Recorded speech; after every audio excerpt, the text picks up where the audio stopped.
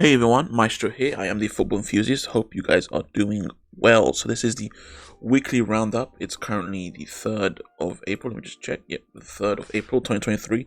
This is a series where I kind of go through the main headlines of the week in football. We can kind of just talk through and give my thoughts on it. So some of the times I'll talk about a little story for 30 seconds, or sometimes it'll be 5 minutes. Kind of depends. Now we start here.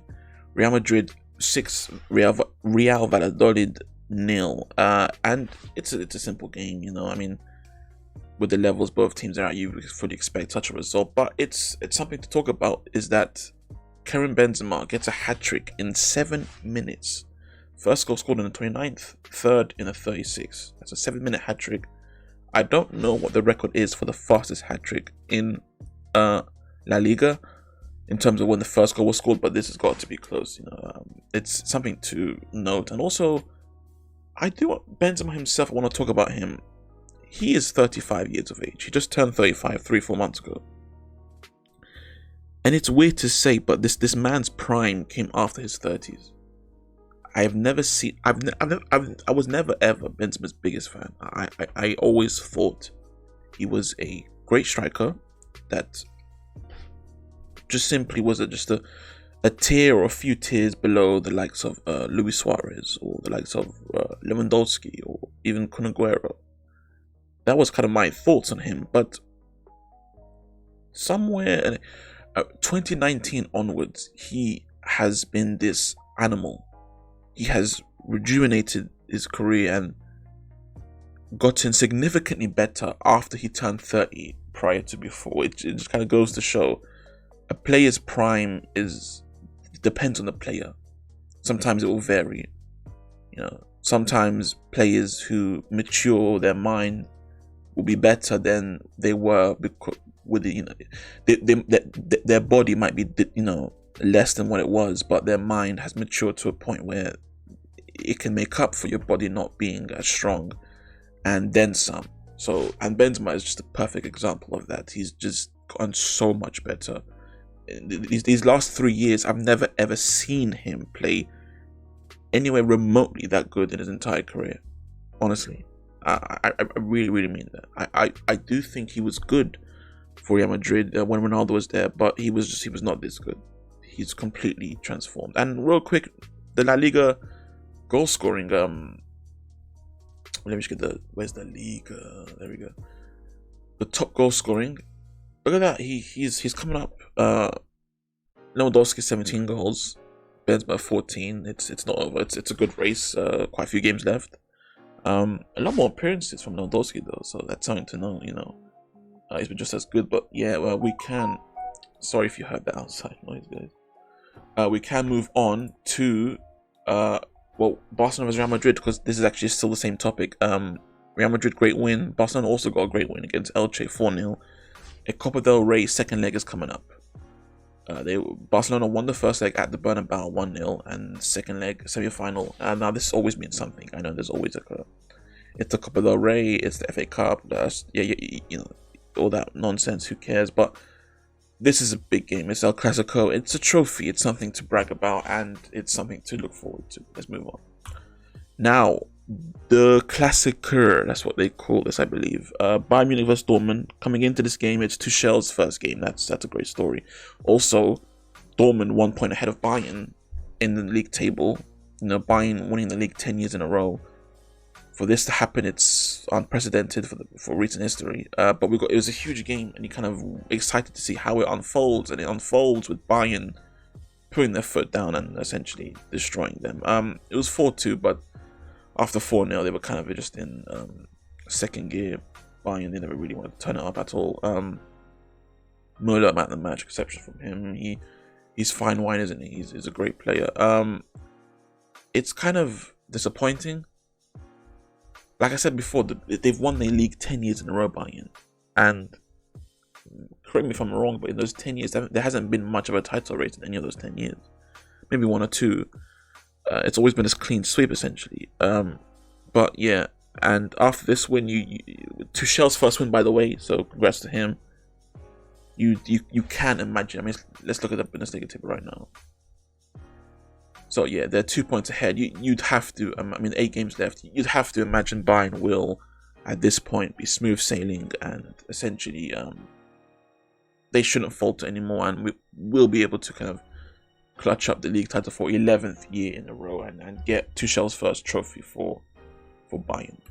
Moving on. Now this, the most surprising result in football this season, I think most would agree, is definitely Liverpool 7, Manchester United 0. But this is the second most surprising result of the season. This is insane. Let's just paint a picture first of all. Napoli are top. Before this game, they were top by 17 points, I believe. AC Milan are a good team, but third. Before this win, they were 5th, 6th, around there. So they've had a good season, not great. They've struggled at times. And this game is also a preview, because if you don't know, these two teams were drawn against each other in the Champions League. They will play each other in a few weeks at the San Siro for the first leg of the quarterfinals of the Champions League. So it's a preview, and what we have here is AC Milan running riot. Rafael Leao being the star man, or I should be saying Diaz got higher rating, but it's a huge surprising result. And the first thing I did when I saw this result, I looked at the lineups. So I'm thinking, well, maybe they're resting players. They are resting one. Osimhen is not playing, but that's it. Everyone else you see, all of these players here, Kvara, Zielinski, Min, all of them, Lorenzo, all of them, they all are starting 11 players. Osimhen is the only absence. Now, if Osimhen played, how would it have ended? Well, I don't know how Osimhen stops 4 goals. He's a striker, he's a pure striker. I don't think his effect will stop Milan's defense. And I am aware that sometimes the best defense is a good offense, but it's a bit much. I don't think Osimhen is that level of player. He's not going to turn a 4-0 loss to a 1-0 win. Maybe he'll get a few goals, but you'd have to imagine he'd still be on the bad end of the result. It's crazy, because like I said before, what we have here is the preview. AC Milan vs Napoli. I think most people would agree that this seemed like a surefire thing for Napoli to kind of push through and get into the semis. But there's some spice has been added. Or surely, I don't know the situation with Osimhen. I don't know what's going on with him. Hopefully he is back, because we do want to see all teams at their best. If he is back, maybe there'll be a huge difference, but we will see. But this should be a wake-up call to Napoli. This could be a good thing. This could be a good thing for them to understand. Do not underestimate this team. You are far above them in the league. You're playing the same league, and you guys have done far better, Napoli. But don't let that fool you. This is 1 game. 2 games, sorry. It's the Champions League. Anything can happen, and be aware of the danger of AC Milan, and that is what they should do. It could be a blessing in disguise. We will see. It will mean nothing for the league title. They're still. Let me look. Look at that. They're still far ahead. It's not going to do anything. But it's like for AC Milan. They are 3rd now, getting into the top 4. That's a race to watch out. Top 4 race in Syria. Let's move on. Now these clowns, PSG. So I don't want to talk about the game. The game was the same. We've seen this game many times before. It's essentially a PSG team with a lack of creativity, lack of direction, lack of anything. Just essentially, let's just pass the ball, and hopefully we can string something together, or maybe Messi or Mbappe can make some magic work, or Neymar, one of his playing. And when you play against teams of quality like Lyon, it doesn't seem to work out. It's kind of 50-50 with teams like Lyon, and they were on the bad end of the 50-50. They lose 1-0. Before we talk about PSG and what I want to talk about, let's just see the table real quick. 6 points clear. So yeah, you'd have to imagine they'll be fine. They will pull through and get their French league title. they tend to always get, apart from that one time Lille won it. But the thing I want to talk about today is it's the two. In my opinion, you guys can call me crazy, but this is just in my opinion, and I don't really care. I mean, it's just my personal opinion, and I feel strongly about this. The two best players in the world, Lionel Messi and Kylian Mbappe. Now, I know Messi is an old man, but I still believe his effect on the pitch is far superior to most, and Mbappe is the only one that can compare to him, I think. I am not saying, I'm not dead set on that hill. If you guys want to say, well, Haaland is better, well, maybe Osimhen's have to be in the discussion, maybe Benzema, De Bruyne, etc. I will listen. I'm not saying that they're definitely the two best. I'm just saying, just in my opinion, I would want those two players over any other. But once again, with PSG, we learn you could have prime Messi, prime Ronaldo. It depends on the others. You need support. You need a coach that is, competent and understanding of what needs to be done for such a team to flourish. And seemingly they don't have either of those things. And I want to talk about the reaction from PSG fans toward these two men, Messi and Mbappe. So I will not hide the fact, I'm a great admirer of Lionel Messi. Ever since I was a young man, I remember watching him in the 2011 final against Man United and just blown away. I'd never seen such a force in a sport, such a free-flowing, dominant anything, in anything. He was like a superhero I was watching, and from that point I kind of just fell in love with his game, with his style, and I followed his career very closely from then. And my admiration for him has just grown and grown and grown. And the same goes for players like Ronaldo. Just those two, and the effect that they have on me, the feeling they give me. Football is an entertainment sport. It is there to entertain us, to give us an escape from the real world, and no one entertains us more than those two for the past 15, 16, 17 years. And Messi, the topic is Messi right now, so let's just stick to him. When he first joined PSG, you heard the same thing from many different French legends, many different French media outlets, essentially saying this is Kylian Mbappe's team. When Messi comes in here, he needs to understand that Mbappe is number one and he is number two. I heard that many, many times. But the issue with that, when Messi was number one at Ronaldo, of course. At Barcelona. And Ronaldo was number one at Real Madrid. And, Salah is number one at Liverpool. Hazard was number one at Chelsea. Or Kane is number one at Spurs. You can go on and on. Henry number one at Arsenal. We can go on and on. And the thing is, if you're number one, then you have to shelter the blame. You have to have some blame. Sorry, not shelter the blame. You should be held to the same, if not a higher standard, to the number 2, 3, 4. But with PSG, their fans, the French media outlets, whenever PSG fall, whenever they stutter, Mbappe could do no wrong. Mbappe was perfect. Mbappe is as good as, what more do you want him to do? Messi failed. Messi is slouching. Messi missed this pass. Messi should have done this. Messi should have done that. Once again, they make it very clear this is Mbappe's team, but when they fall, they point to who? They point to Messi. And I want to make this very, very clear. Messi is an icon that has transcended the sport. This is a man that will be remembered not just among us football fans. He will be remembered in history of sport, in the history of life. He has reached a level of fame, a level of respect from peers and respect from people in general that not many people that have lived, apart from of course religious figures, let's just put that aside, have reached. That this is the level Messi is at, and the same goes for someone like Ronaldo. So, and to hear such disrespect from PSG, their outlets, and just how they're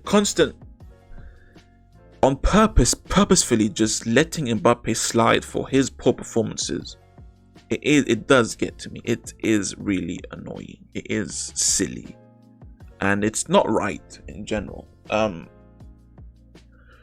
Example, like if you look at Ronaldo at United, how it ended there, I do believe some of the blame is on him, but only because of the stuff he did off the pitch. On the pitch, I think he was still a fine, exceptional player. I still thought Ten Hag could utilize him in a way that could get the best for the team. He chose not to do that way. Maybe he thought it wasn't possible. He is Ten Hag, he is the manager, he decides. And then I understood the criticism from Ronaldo for the interview, but for on the pitch, I thought it was very unfair. I didn't like how he, essentially, from the English media, he took more blame than Harry Maguire, which was just insane. And I feel like there's the same going on with PSG right now, because let's talk about Mbappe for a second and his performances. Look, Messi today, PSG vs Lyon. Messi was good, not great. He played well. I thought he played pretty well. Definitely their best player on the pitch. He took all the blame. Against Rennes, look, you see right here. Lyon, then game previous, Rennes. Messi I thought was okay, not good. But not bad, I won't say he's terrible. I thought against Brest he was good. Bayern Munich, that's the one, let's talk about that. I thought he was trying things. I thought he was in the game, he was trying to make things work, and he was a threat always. But yeah, still not amazing, but good. Now let's talk about Mbappe in these games. For example, just now against Lyon. See right here, Lyon. He was terrible. He was absolutely awful. Against Rennes, he was just nowhere to be seen. Bayern Munich, he could rarely get on the ball, and when he did, it was a heavy touch. He loses the control. My point is, Messi's been not great, but he hasn't been bad. Mbappe has. Alright, Mbappe has been terrible. And if you are going to say this is his team, and he is the star of this team, you should hold him to that standard. The PSG fans, the ultras booed Messi's name when he got announced, and I just think you're a bunch of clowns. You are bending over for this 24-year-old man, and seemingly just allowing him to play as bad as he wants without any repercussions, because maybe you want him to stay and you just, oh, please don't leave.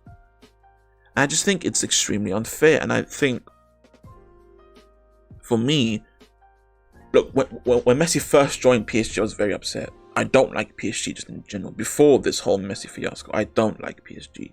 Like most, they're not a club.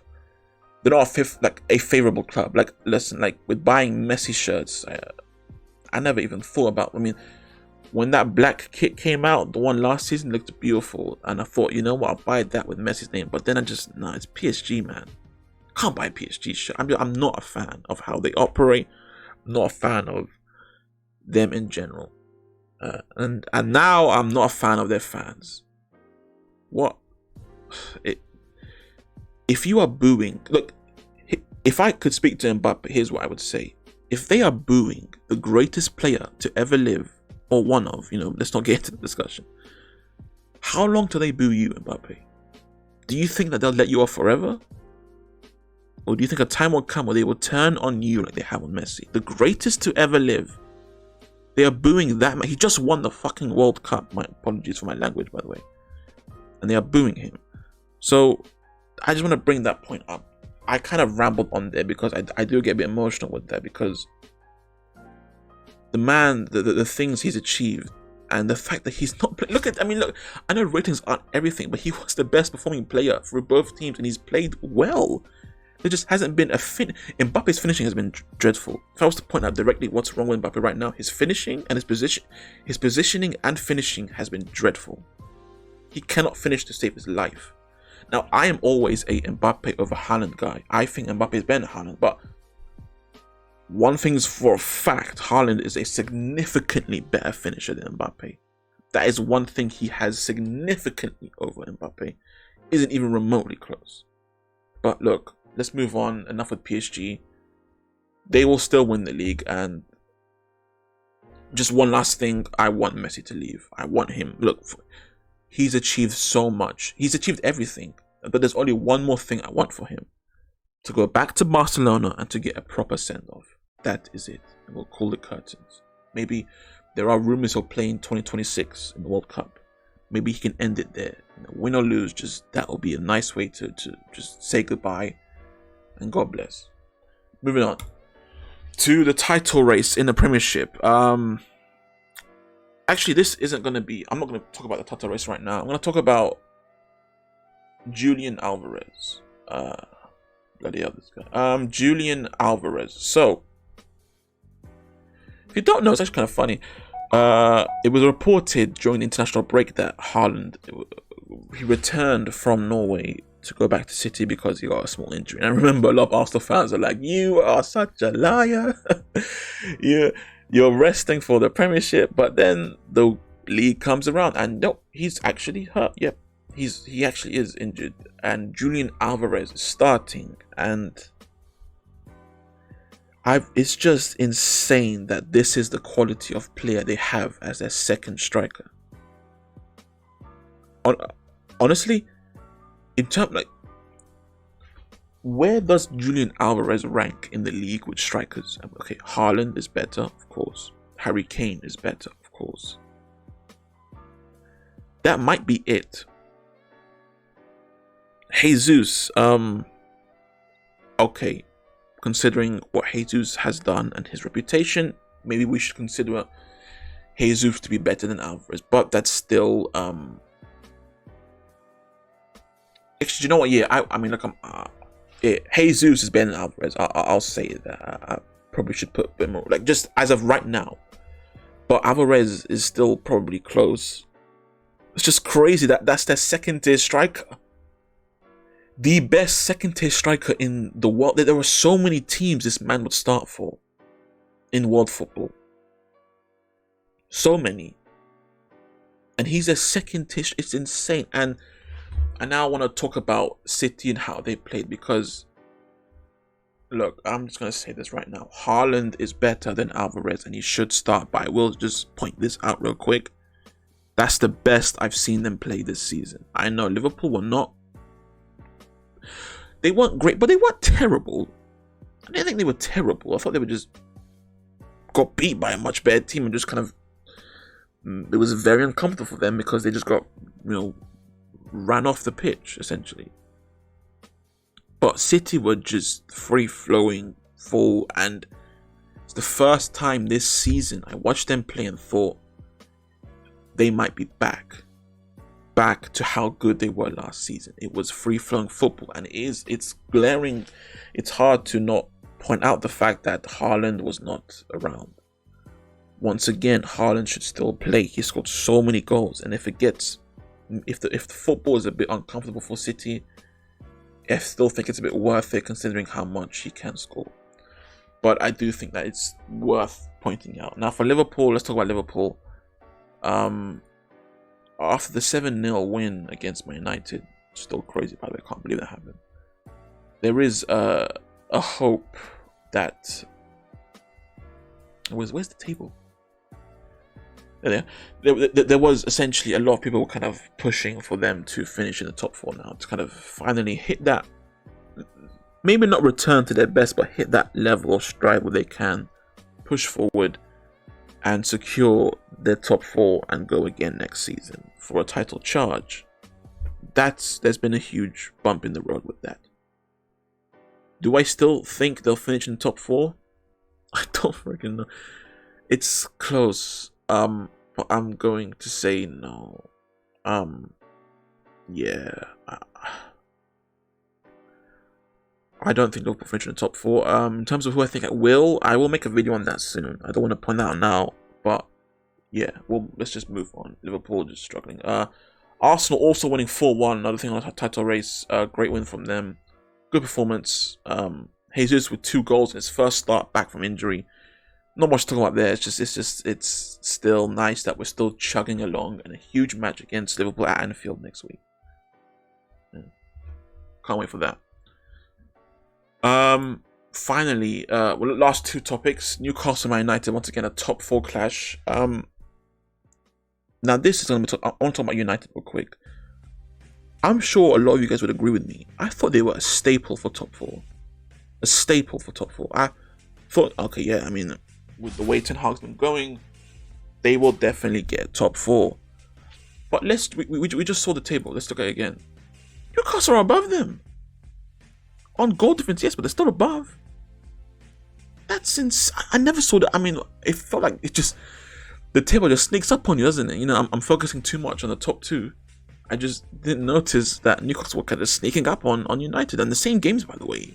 There's no game in hand. That's crazy. That's exciting, I should say. And there's a threat there, but I do still think United will get top 4. I actually feel pretty confident about that. I think with the fixtures they have left, they should be fine.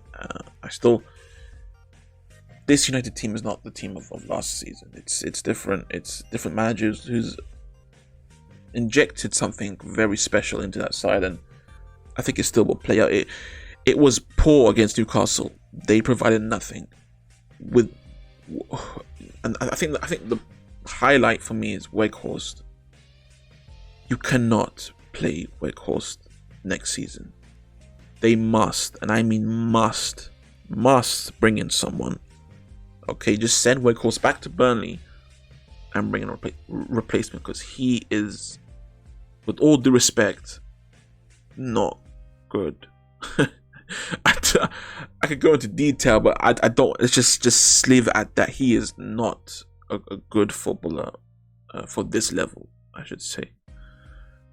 Yeah, but no worries with United. They will finish in top 4, and that's kind of what the aim is. That's a good thing for them. They can push forward. But Newcastle, exciting. Do I think they'll finish in the top 4? I'll need to think about that a bit more. I think it's close between them and Tottenham, but I'll make a video on it and we'll see.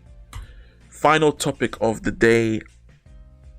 Chelsea lose once again against Aston Villa, and it is, as we now all know, Graham Potter's last game as Chelsea manager. They have officially fired him a few days ago, and Julian Nagelsmann being the favourite to take over. Yeah, look, I've already made a video about it, but I just want to point out, he just had to go. They were dreadful from minute 1 to minute 90. Or 93, or however long time was added on. It was just a terrible performance all around, and it sums up Chelsea and how they have been this season. Potter, I never would have hired him in the first place. I always thought it was weird. It was crazy to fire Tuchel, and I thought it was weird to hire Potter. I don't think he was good enough from the start. It was inevitable, and it's sad. I feel sorry that it didn't work out for him. I'm sure he wanted it more than anything, but it just wasn't meant to be. Now, in terms of Potter's future, I'm sure he'll find somewhere. Maybe he needs some time off, but his reputation has taken a hit. Looking back at it in hindsight, I think maybe he would have loved to stay at Brighton, or not, considering the amount of money he's going to get, by the way.